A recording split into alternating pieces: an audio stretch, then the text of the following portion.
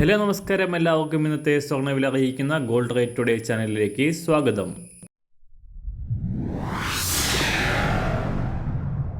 ഇന്നത്തെ സ്വർണ്ണവിലയിലേക്ക് കടക്കുന്നതിന് മുൻപായി എല്ലാ ദിവസവും സ്വർണ്ണവിലയും വെള്ളിവിലയും സ്വർണ്ണത്തെ സംബന്ധിച്ച കൂടുതൽ വിവരങ്ങളും യഥാസമയം ലഭിക്കാനായി സ്ക്രീനിൽ വലതുവശത്ത് കാണുന്ന ചുവന്ന നിറത്തിലുള്ള സബ്സ്ക്രൈബ് ബട്ടൺ അമർത്തിയതിനു ശേഷം തൊട്ടടുത്ത് കാണുന്ന ബെൽ ബട്ടൺ കൂടെ അമർത്തി തുടർന്ന് വരുന്ന ഓപ്ഷൻസിൽ ഓൾ എന്ന് സെലക്ട് ചെയ്യുക. വീഡിയോ ഇഷ്ടമായാൽ ഒരു ലൈക്ക് നൽകാനും നിങ്ങളുടെ നിർദ്ദേശങ്ങൾ കമൻറ്റ് ചെയ്യാനും കൂടെ ശ്രദ്ധിക്കുക.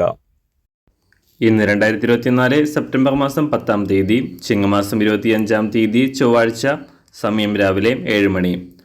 അന്താരാഷ്ട്ര മാർക്കറ്റിൽ സ്വർണ്ണവില നേരിയ കയറ്റിറക്കങ്ങളോടെ തുടരുകയാണ്. കഴിഞ്ഞ രണ്ടാഴ്ചയായി $2,500 പരിധിയിലാണ് സ്വർണ്ണ വ്യാപാരം നടക്കുന്നത്.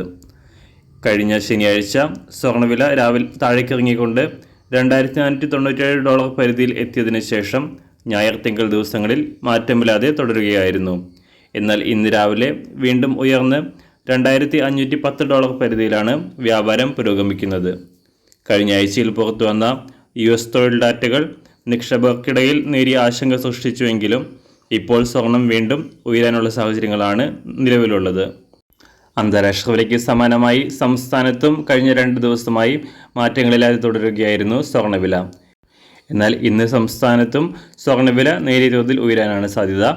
ഇന്ന് രാവിലെ സ്വർണ്ണവില അന്താരാഷ്ട്ര മാർക്കറ്റിൽ 1 ഔൺസ് സ്വർണത്തിന് $2,506. സംസ്ഥാനത്ത് ഇന്ന് രാവിലെ 24 കാരറ്റ് സ്വർണ്ണവില 1 ഗ്രാം 7,287 രൂപ, 1 പവൻ 58,296 രൂപ. 18 കാരറ്റ് സ്വർണ്ണവില 1 ഗ്രാം 5,466 രൂപ, 1 പവൻ 43,728 രൂപ. സംസ്ഥാനത്ത് ഇന്ന് രാവിലെ 916 അഥവാ 22 കാരറ്റ് സ്വർണ്ണവില 1 ഗ്രാം 6,680 രൂപ, 1 പവൻ 53,440 രൂപ.